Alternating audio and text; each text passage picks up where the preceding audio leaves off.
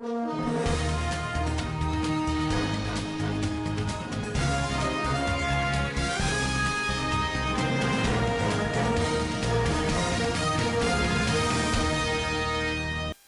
and thanks for joining us. Welcome to Standard Voice Television Global News. Today, 2nd July 2026, equivalent to Islamic calendar, 17th Muharram 1448 after Hijrah. The headlines. President Tinubu reiterates commitments to transforming Nigeria's infrastructure landscape. Federal government boosts local production fertilizer for food security. Military urges Nigerians to provide intelligence on security threats. And on international scene, US-Iran parallel meetings in Qatar agree to continue discussions. And on sports updates, Super Falcons to play Women's Africa Cup of Nations group matches in Morocco. This and more will be coming to you in the bulletin. Stand by. The presidency has reiterated its commitment to transforming Nigeria's infrastructure landscape with the flag off of the Akwanga-Kaduna-Jos segment of the 700-kilometer Akwanga Bauchi-Gombe-Biu-Maiduguri Superhighway. President Bola Ahmed Tinubu, who made pledge, stated that the projects represent the fourth legacy highway initiative of his administration and reflects the government's determination to build world-class infrastructure that will strengthen national integration, improve road safety, facilitate trade, and unlock economic opportunities across the country. Tinubu, who was represented at the ceremony by the national chairman of the All Progressive Congress, APC, Nintawe Yilwatda, described the project as another milestone under the Renewed Hope agenda. He charged contractors to see themselves as development partners rather than mere contractors by actively engaging Nigeria's youth, transferring technical skills, and contributing to the country's long-term capacity development. Also, the Minister of Works, David Umahi, reaffirmed government's commitment to delivering durable, high-quality infrastructure that will serve generations of Nigerians while fostering national unity, expanding economic opportunities, and driving sustainable development across the Federation. The presidency has given reasons for the approval of the recent National Youth Service Corps NYSC reforms, saying that the changes are aimed at equipping young Nigerians with practical skills and preparing them for national development. President Bola Ahmed Tinubu, who disclosed this in a statement posted on his X handle, said the reforms approved by the Federal Executive Council (FEC) on Monday were part of his administration's promise to create meaningful opportunities for young people. He noted that although the scheme had served the cause of national unity for more than 5 decades, the country's changing realities required a new approach. The Nigerian pointed out that the orientation program would now run for 6 weeks and focus on civic responsibility, leadership, values, career, readiness, entrepreneurship, digital and financial literacy, as well as specialized training based on participants' academic backgrounds and career aspirations. According to him, corps members will be trained in areas including agriculture, health, education, technology, law, public service, infrastructure, the green economy, enterprise, the creative economy, and paramilitary and security services. The federal government has challenged Nigeria's subnationals to take charge of the country's economic growth by unlocking their local strengths. Vice President Kashim Shettima made the call while delivering his address during the 2-day Jigawa State Economic and Investment Summit, J-Invest 2026, in Dutse, Jigawa State. The Vice President, who also declared the summit open before a large gathering of investors from across Nigeria and abroad, noted that the real power of Nigeria's federation will be seen when every state rises economically. However, Shettima delivered President Bola Ahmed Tinubu's goodwill message to the summit and noted that despite tough times, the federal government's economic reforms are already producing results. Earlier, Governor Umar Namadi said the state has clear advantages for investors and listed agriculture, energy, manufacturing, healthcare, and infrastructure as priority areas with strong potential. The federal government says local production of fertilizer remains central to reducing dependence on food imports, lowering production costs and boosting agricultural productivity. The presidency disclosed this during the inspection of fertilizer production and blending facilities across the country, stressing that local fertilizer production is key to Nigeria's food security. The Senior Special Assistant to the President on Digital Communications, Engagements and New Media Strategy, Ogra, who led the inspection in Kaduna, made this known in a statement explaining that local fertilizer production has become a strategic national priority amid rising input costs. The exercise took the presidential fact-finding delegation to major fertilizer production and blending plants in Lagos, Kaduna, Rivers, and other states participating in the restructured Presidential Fertilizer Initiative under the Ministry of Finance Incorporated. The production manager, Barbados Fertilizers and Blending Company Limited in Kaduna, Nasser Ismail, said local blending has significantly reduced production costs while creating employment opportunities for Nigerians. The National Working Committee of the People's Democratic Party has refuted Senate President Godswill Akpabio's claim that the party is dead, insisting it is growing stronger and expanding its national support base ahead of the 2027 general elections.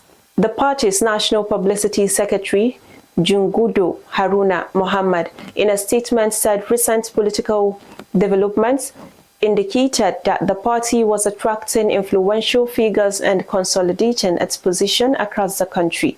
Akpabio has made the statement in Abuja during the inauguration of projects executed by the Minister of the Federal Capital Territory, Nyesom Wike, where he described the PDP as a dead political party and urged Wike to allow what is dead to remain dead. The PDP, while responding, argued that the ruling All Progressive Congress (APC) could not celebrate projects delivered by a minister it described as being on political loan from the PDP, while simultaneously declaring the opposition party irrelevant. The main opposition added that the APC's comments reflected growing anxiety over the PDP's rebuilding efforts and increasing public support. The internal crisis rocking the African Democratic Congress (ADC) has deepened following conflicting claims by rival factions over access to the Independent National Electoral Commission (INEC) nomination portal and the uploading of candidates' details ahead of the 2027 general elections. The latest disputes arose after the party's National Publicity Secretary, Bolaji Abdullahi, announced on Tuesday that the ADC had successfully uploaded the particulars of its presidential and vice presidential candidates to the INEC portal. Abdullahi, in a post on his X handle, said the party had uploaded the details of former Vice President Atiku Abubakar, the ADC presidential candidate, and former Minister of Transportation Rotimi Amechi, his running mate. However, the announcement was immediately challenged by another faction of the party, led by Abdulkadir Mohammed Bashir, which questioned the legitimacy of the process and whether the David Mark-led leadership had obtained access to the INEC portal. The Bashir's faction, which is loyal to ADC's 2023 presidential candidate Dumebi Kachiku, insisted that the matter remains subject to ongoing legal proceedings. This news is coming to you on Standard Voice Television. And still to come in the news, military urges Nigerians to provide intelligence and security threats. And an international scene, US-Iran parallel meetings in Qatar agree to continue discussions. And on sports updates, Super Falcons to play Women's Africa Cup of Nations group matches in Morocco. This and more will come to you after the break. Imagine say television, movies, news and entertainment dey your pocket, just like that. Welcome to Free TV app. Now the #1 digital TV app for Nigeria. Free TV app get over 100 live TV channels, breaking news, sports, Nollywood movies, small pikin shows and plenty more inside one app. No decoder wahala, no plenty setup. Just download, open, begin the watch. To get the app, just search Free TV for Google Play Store or Free TV NG for Apple App Store, or scan the QR code for your screen. Registration will take you seconds. You fit use phone number, email, WhatsApp, Google or Apple ID. OTP even dey, so make your account stay safe. For inside the app, The live TV section gets over 100 licensed channels with program guide, pause, rewind, and catch up. Free TV no be ordinary app. Now digital revolution. Download Free TV today. Welcome back, and now the news continues. The Defense Headquarters has unveiled a toll-free emergency line 193 to encourage Nigerians to provide intelligence on security threats. The Director of Defense Media Operations, Major General Michael Onoja, made this known while presenting the military's operational scorecard for June and the second quarter of 2026 in Abuja. Onoja advised members of the public to support ongoing military operations by providing credible information through the newly introduced emergency line. According to a spokesperson, the armed forces recorded significant operational successes between April and June 2026, degrading the operational capabilities of terrorist groups, kidnappers, oil thieves, and other criminal elements across the country. This is as the military high command announced that troops of the armed forces of Nigeria killed 662 terrorists and other criminal elements across the country during the second quarter of 2026. The federal government has advised states, local governments, education authorities, and private schools proprietors to join the digitalized Nigeria Education Management Information System, saying accurate and comprehensive education data is indispensable for effective planning, policy formulation, and improved learning outcomes across the country. Minister of Education Tunji Alausa made the call in Abuja during the official launch of the digital platform, describing reliable data as the backbone of every successful education reform, and warning that governments cannot effectively address challenges in the sector without credible statistics. He emphasized that the platform would fundamentally change the way education data is collected, analyzed, and utilized, enabling governments at all levels to identify infrastructure gaps, deploy teachers more efficiently, monitor enrollment trends, and direct investments to communities where they are most needed. The minister explained that the commissioners for education, local government education authorities, and school administrators will now have access to real-time information to support evidence-based decision-making and improve service delivery.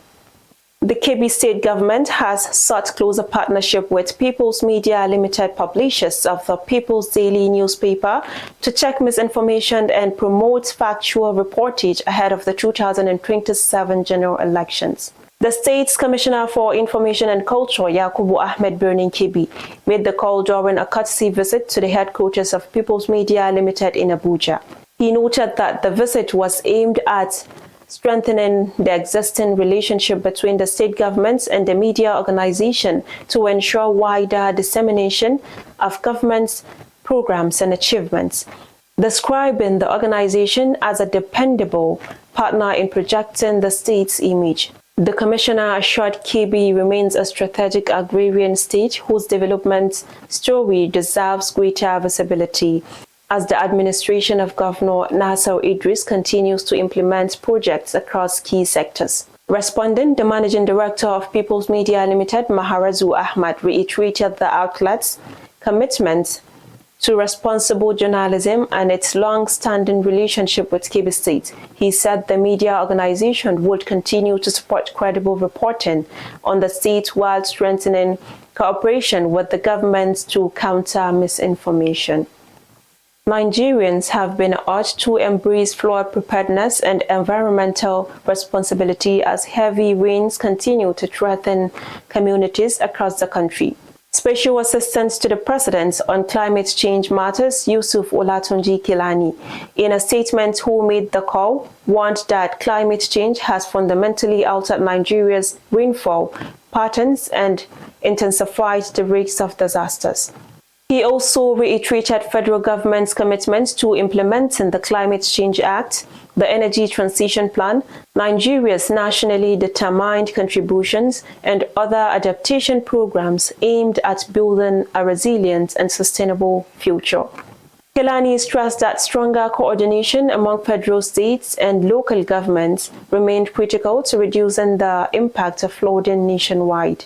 The climate advisor therefore called on communities in flood-prone areas to activate emergency preparedness measures ahead of the peak of the rainy season.